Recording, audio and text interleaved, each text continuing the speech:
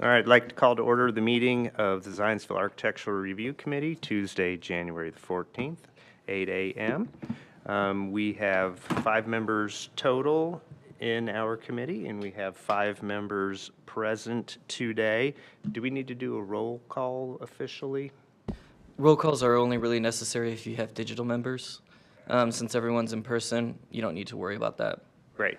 All right, so we recognize that we have a quorum. The first order of business is the election of officers. We have 3 officers, the president, vice president, and secretary.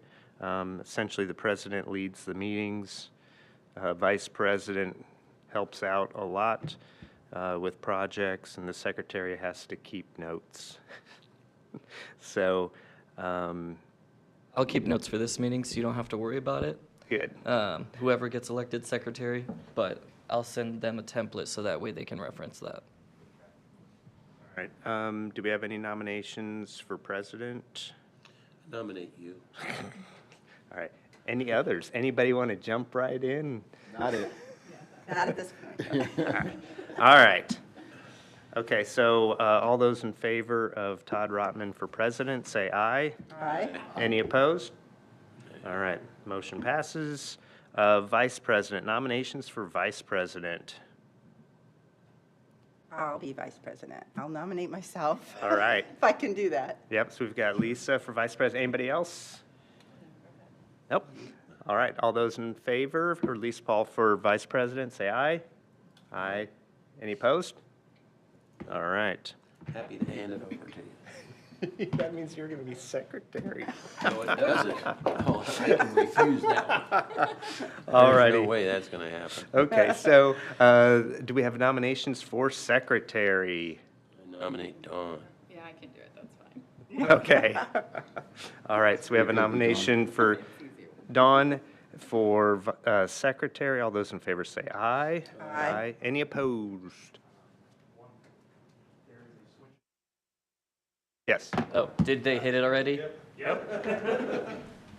We have to start over. No.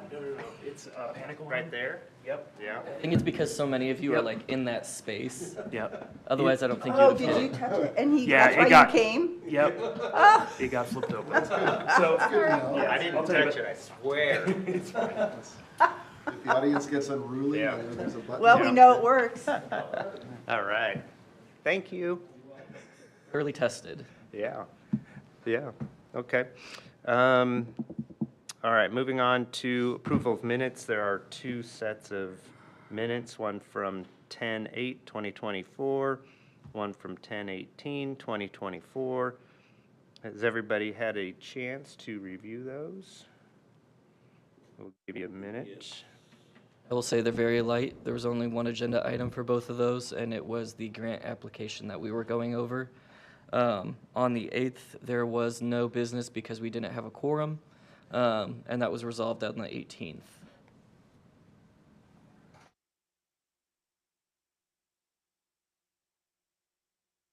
All right, do we have a motion to approve the minutes for 10/8/2024? I make a motion to approve the minutes from 10/8/2024. Do we have a second? Second. All right, all those in favor, say aye. Aye. Aye. Any opposed? Okay. Do we have a motion to approve the minutes from 10/18/2024? I make a motion to approve the minutes from 10/18/24. Do we have a second? Second. All right, all those in favor? Aye. Aye. Any opposed? All right, so we've approved minutes for the last 2 meetings that we've had. Do we have any reports today from staff? No reports at this time. Great, thank you. Old business, we have an open facade grant right now for 75 North Main Street. Is there anybody here who would like to comment on that, either public or any of the committee members? Okay, Is this stalled for a reason other than weather? not aware of anything, have had no communication with the applicant since our last meeting. Yeah, if you would like, I can follow up with them after this meeting to see what kind of progress they've made, if they're ready for inspection, where they're at. They haven't begun, as I've seen. Okay. Okay. I just And- assumed they were trying to get it done before this season, but Right. Yeah, maybe they had a delay in materials, and because of the weather, they didn't want to mess with it until it warms up. Who knows? Their permit does last a year, so they may have extra time that they're just holding off on. Yeah, just waiting for weather. Right. And because we approved the monies in 2024, do we need to vote to like encumber those into 2025? No. Okay. Sounds good. All right. Moving on to new business. Is there? Can I ask a couple clarifying questions? Oh, absolutely. So was their grant, their request for a grant approved, their design was approved? It's Yes. just- Yes. But just for whatever reason, they haven't executed on it yet, and Yep. so Correct. they're Yep. free to do so? Yep. Yeah. And then as soon as they are done with it, they'll let us know. A representative or two will go out, make sure that it's done the way that they said they would do it. And then we vote on like approving the release of the funds. Can I ask the amount of the grant? Or? Up for you really quick. I don't know that offhand. Out of curiosity, I'm not here to debate it, I was just, Yep. I've seen the photographs and I like the design, I like the idea, and, you know. Yeah. I don't think I don't that's have in- that The information with renderings me and what they look today. like It doesn't go afterwards. that deep Yeah. into the agenda. Back when we would get papers each week, we would have it all written down, and then I would bring it with me, and now it's electronic, so I don't Yeah, have that with and me. since it wasn't an active agenda item, it wasn't something that we really needed to have included in this packet, because there's no actionable items at this time. Yeah, okay, I was just curious. Yep. It is, I believe it's somewhere around 16,000. 6-0, 16. 1-6. 1-6. Yeah, it's just shy. It's 15,630.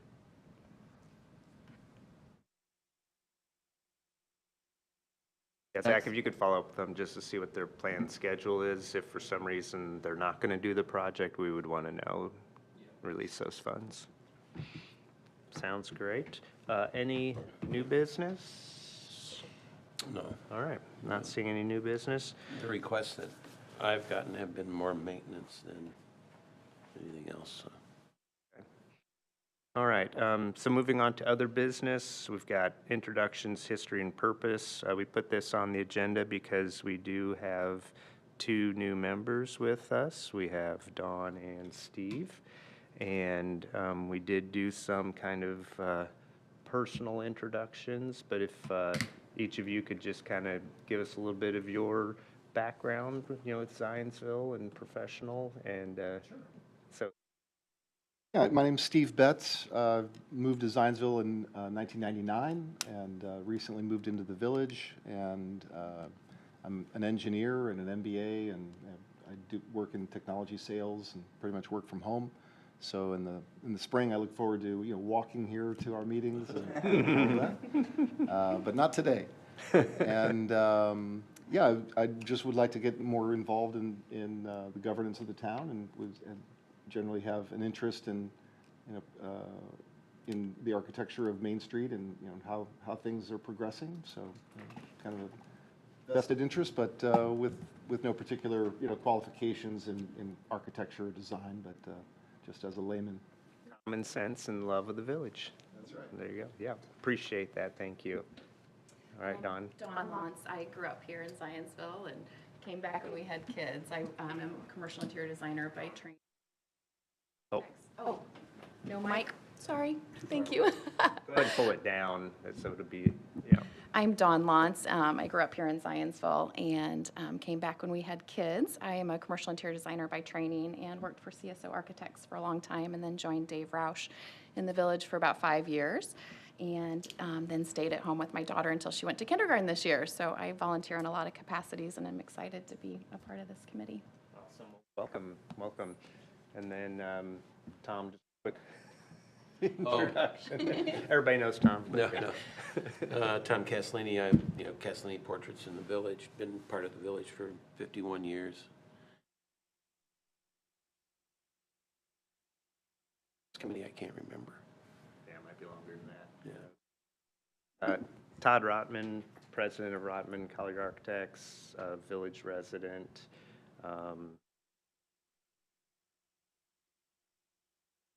Firm has worked on maybe 30 to 40 houses in the village now, member of Sullivan Munce Century Structure.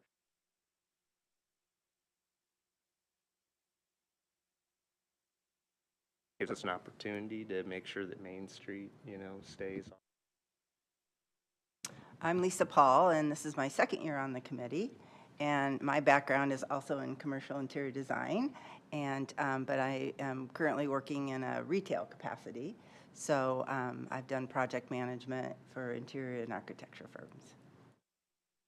Thank you, everybody. It's a pleasure to have you guys all together. I think we all share the same kind of commitment and passions, and we've got a really good first group of people with some, design experience, and then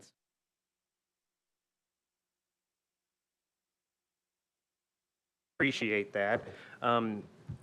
Before we get into the history, I think one of the most important parts of the history is David Roush, who kind of instigated this whole program and is responsible for a lot of the drawings and guidelines that we use to this day. And he'd been a member of this committee up until this year, since its inception. And so I wanted to make sure that we thanked him for his service to the town and everything that he has done for this committee, but for Main Street as well, not only in his capacity here as part of this program, but also as an architectural designer responsible for a lot of the buildings on Main Street and in the business district of Zionsville. So I would be remiss if we did not thank him, profusely for his assistance with the town of Zionsville and its development over the years. And I want to thank Mike Billig for his time. He spent many years here on this committee as well, and he did take on the role of secretary and was responsible for writing all the meeting minute notes when nobody else wanted to. And so he definitely put in a lot of effort and a lot of time to make sure that we were doing what we needed to do as a committee, offering very sound advice along the way on projects, and he will be missed, and we want to thank him also for his time helping out. So kind of the kind of like history and purpose, just to kind of go through, the program. Obviously, Tom's been here the longest of us, but I think kind of in a nutshell, our job is to make sure that the business district area within, our boundaries here for this committee stays authentic and maintains its character, because the village does have very strong historic character to it. And what we see in other areas are replications or kind of inappropriate additions and renovations and remodels, and it creates kind of a false historicism and some false character.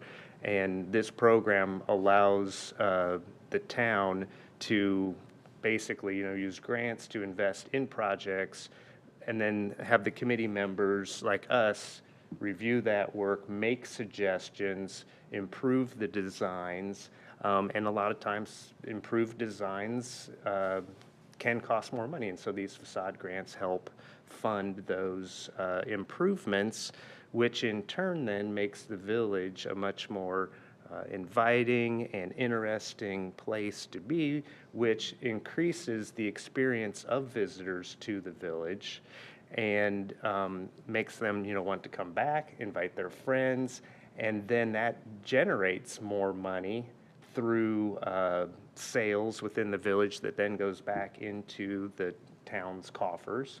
And so, Tom's been really good about investigating this over the last several years, that this program actually makes a lot of money for the town.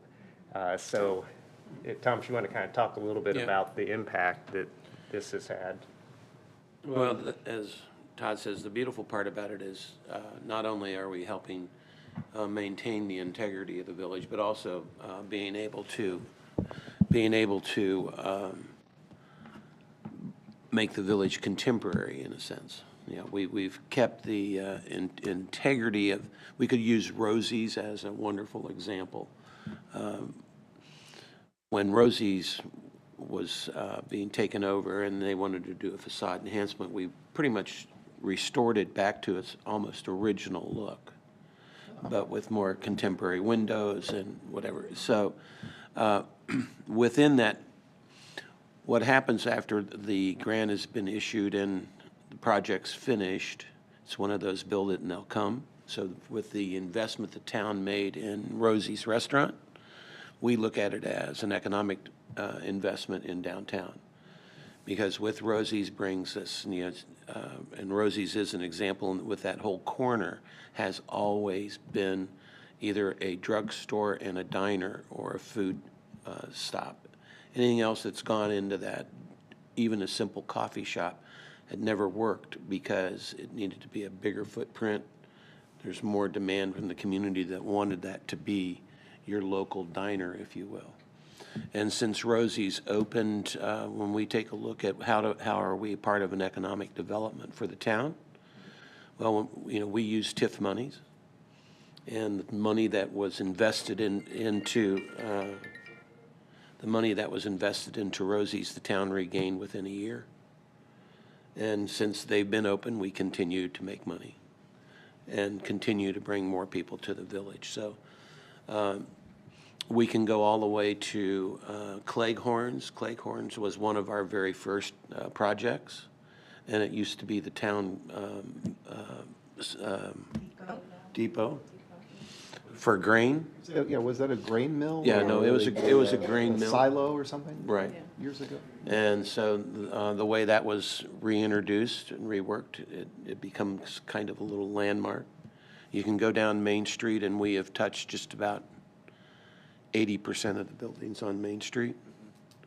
And within that, I think we've done a fabulous job of, once again, keeping the integrity of the village, but when we have a younger demographic coming to the village, they don't feel as if they're coming to an antique store. So there's a lot of vibrance that we have done. Tipsy Mermaid is a new example, a current example of the use of these funds, and once again, how it has been an economic development for the town. Right, so, yeah, for instance, how our funds help with that project is they could have just put vinyl siding up, let's say, right? Takes more money to uncover the historic siding that was there and restore that.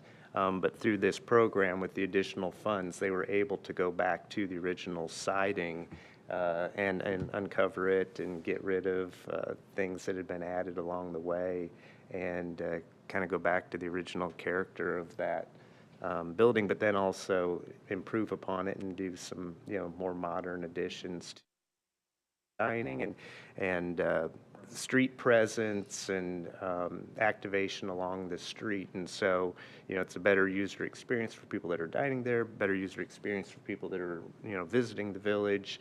And so that's kind of like, I'm glad Tom brought that up, because that's a more recent version of how these funds kind of help improve a project, but then, helps improve the overall experience of the village, and then becomes an economic driver.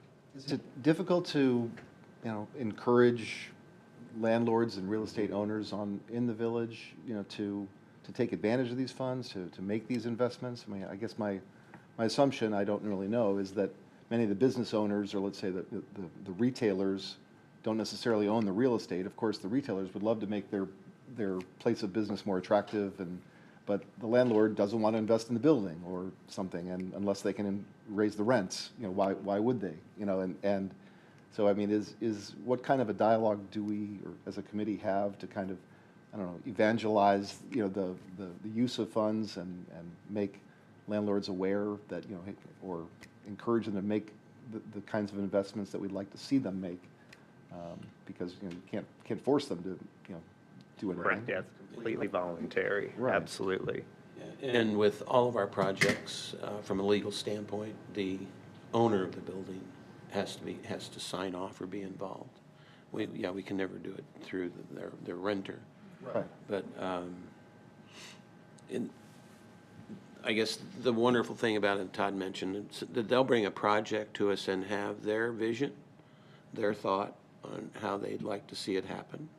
But when they know that we're going to go over that with a fine-tooth comb and make suggestions, everything from color palette to door hardware, windows, the type of siding they're going to be using, and So there is a back and forth dialogue, and for them to have this opportunity has always been great because,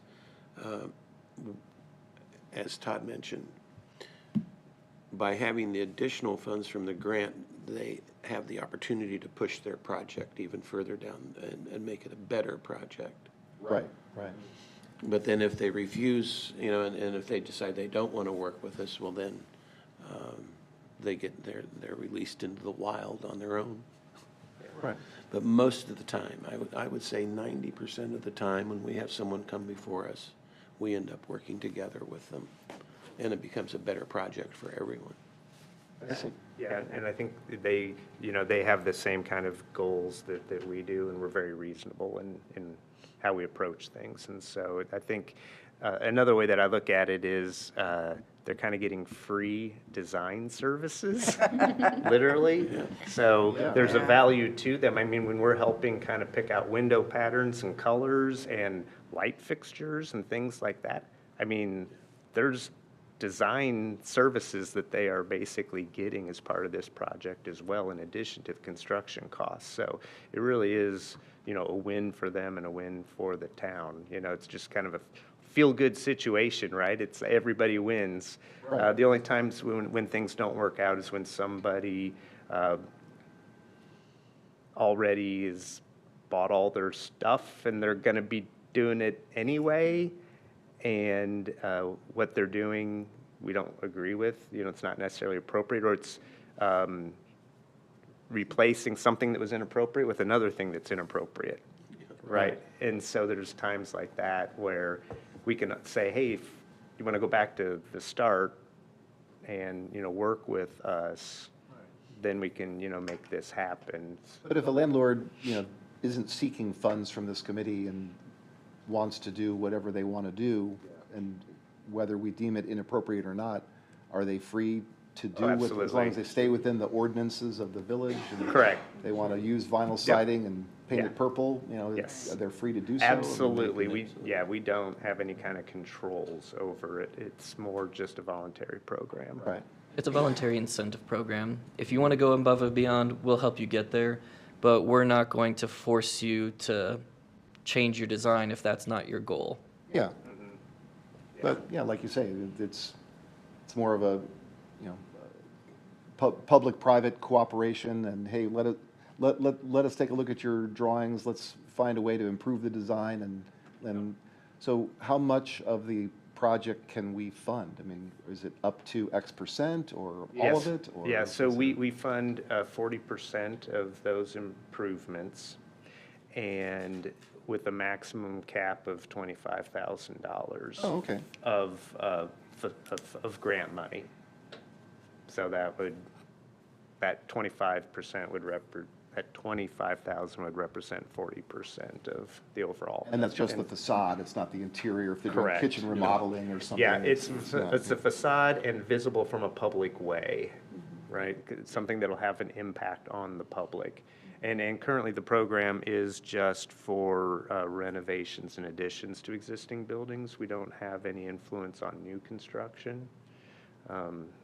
So, I mean, that's something that maybe we could talk about over time if, you know, but that is not something this program has done historically. Zach and Todd, do you want to enlighten Dawn and Steve? Because I think this is a little bit a part of Steve's question as to what is the advertisement sort of say? How do people know about the grants versus just word of mouth? Yeah, and that's one of the things that I wanted to talk a little bit about. As part of the Sullivan-Mudd Century Structures Committee, we've been getting very aggressive about outreach, whether it's flyers or personal communication, to try to push forward that program. This program historically has stayed very busy and has allocated all of our funds typically each year, and has requested additional funds during years. Now, I would say ever since maybe COVID hit, Yeah, pretty much. and shortly after that, the well has kind of dried up on projects. And so now part of it is we've worked ourselves a bit out of a job by having touched so many buildings, right? I mean, there's a certain point where you've touched everything and it's a really long cycle. So there's an element of that. Because this program's been around so long, I do believe that 95% at least of the business owners know it exists and it's available to them. There are building owners that own multiple buildings in the downtown area as well. And so one of the things that I did want to kind of talk about with this new group was, do we want to go ahead and do an outreach, right? Because we haven't had a lot of projects lately. Should we create an outreach program to say, hey, it's available, we've got the funds, we've had funds each year that, have gone unused. Would you like to partner with us on some improvements? And so that was one thing I wanted to bring up, see if, as a committee, That sounds we like a wanted good to do idea. that. I mean, Well, it's a lot Especially of if times they- it's a misunderstanding. Within the last year or two, I've probably had 4 inquiries. But all of them have been maintenance, and what we would view as normal maintenance on a building. yeah. We have a single pane windows and we want to put them double pane and yada, yada, yada, and that doesn't qualify at all. So when it's just maintenance, we don't look at that. But then, curious as to the road you're going down with this Century program. Is this going to wrap up into, are you rolling this into something like that? Is what our funds might be able to do? Oh, no, totally separate from that. I was just using that as an example, as a group who has decided to pursue outreach Yeah. in order to drum up more projects, and it's been amazingly successful. Now, that's homeowners who don't really know that that program exists. Where most of the building owners, I think, in the village area know this program exists. So there's, potentially less impact, but, maybe some outreach to let them know that funds are available and. Oh, certainly, Yeah. certainly. And as you said, 90% of the building owners know that this program is available. Some of them are multiple owners. Yeah. Yeah. So the Sullivan Months is strictly residential? And we're strictly No, commercial? we're actually doing commercial buildings do as both well. as well, Mhm. okay. And it's just a recognition of Yeah. buildings that are either 75 or 100 years old who have maintained a recognizable kind of character from the original home and have maintained their usefulness.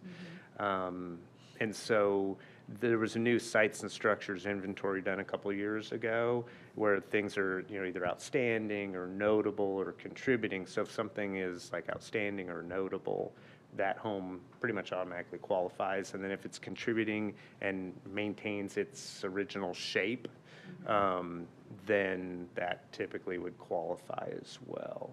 And there's just people that don't know that program exists, and and there's no financial incentive in that program. That is, you get a plaque, Century Structures plaque, that kind of designates your house as having some historic significance, which, from our committee, you get publicity, which then, lets people know about, all the historic character of the village and, kind of gets the word out there a little bit more. But also, let's say that homeowner sells and you've got that plaque on there, I think they're more likely to not tear down that house, right? And that this house has significance, and you kind of have this pride that I'm in a Century structure, right? And so there's kind of like encouraging and promoting historic homes, but also, trying to preserve them down the road as well. And so, our program here has multiple aspects of, trying to improve the village experience for the users, trying to drive more income, for the town. And so, we have multiple things that we can accomplish through our program as well, and we just haven't had a lot of projects lately. So, I think since this is a new topic, it's something I'd like everybody to kind of think about before the next meeting, of ways that, you might think, should we outreach? And if we do, how might we want to outreach to make people aware of the program, whether it's, just kind of through news media and things like that to talk about the program, and then direct outreach to business owners as well. And we'd want input from the town as well as what they would think would be an appropriate. How many buildings fall Action. within the district? Sorry, I did have the map up, but the rough boundaries, let me pull it back Yeah, up. It's boundaries, basically the village commercial district. It runs along Second Street, Elm Street. It does include some properties on the east side, and then the creek to the south, and then it sawtooths a little bit on the north side. But anything commercial within the village is basically covered under this program. Down to 106th Street. It does include south of Sycamore. Yeah, no, it goes all the way to 106th Street. It goes to 106th Street south, but it does not extend to the east of 106th Street. Yeah. So there is a map with the boundaries, online. And it's anything that's commercial, not residential. We are 100% So Claghorn falls commercial. within there, and and- then the buildings between First Street and Yeah. Second Street, and then, all the way down to like, where Stacy LeBoltz used to be, and the. Yeah, and we also. And beyond that, And Yeah. then further south where Bubs, and all the way to 106, you say, Yeah. across from Bub's where it used to be And- Harris Chevrolet. The current map does Right. not include anything south of the creek. If we want to revise it, I'm more than happy to revise the materials, but currently it stops at the creek.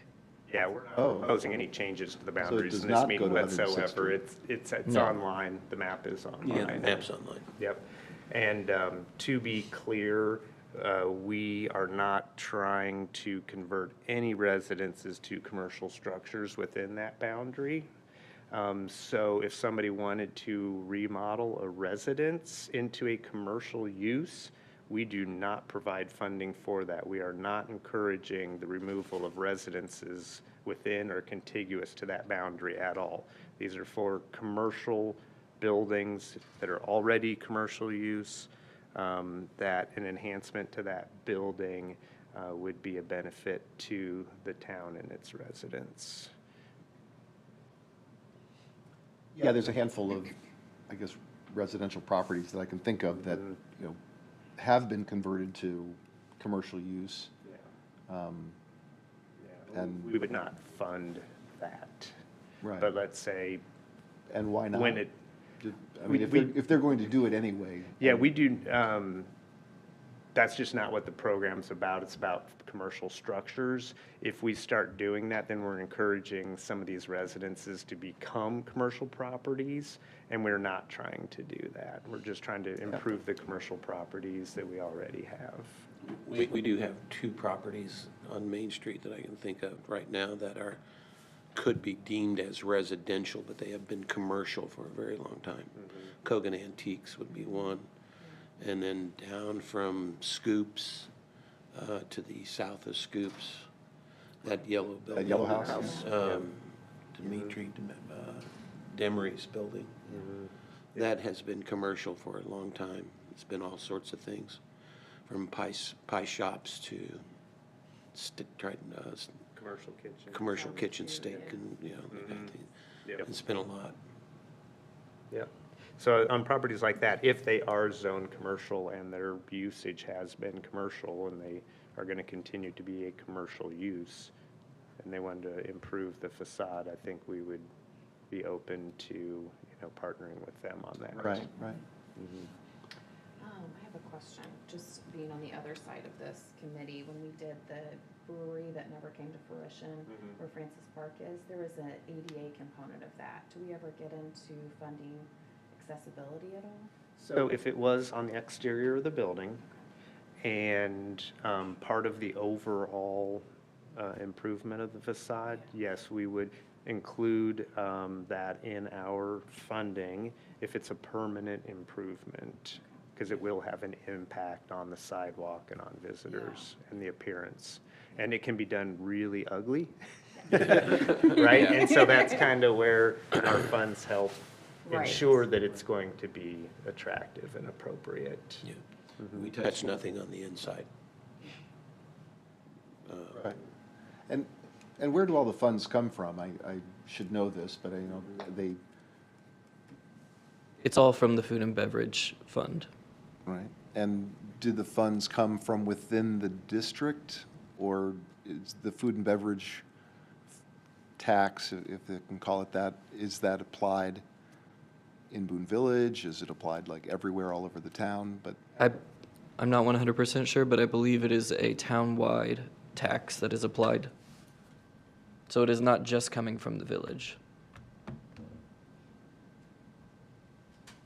And as we mentioned, that these projects drive more business, which drive more money into the food and tax. And so that we kind of, I think, enhance that fund versus reduce that fund. Yeah, I think that of our last 10 projects, maybe, everyone's still operating. We've not lost one, not one business from the time they remodeled to today. Yep. All right, so if everybody could kind of think about an outreach program, interest in it, how to do it. Also, if town staff could think about that as well, if that's an appropriate measure for us to undertake or not, we'd appreciate that. All right, any other business? All right, do I have a motion to adjourn? Yeah, move to adjourn. Do I have a second? Second. All right, so moved, say aye. Aye. Aye. Any opposed? This meeting is adjourned.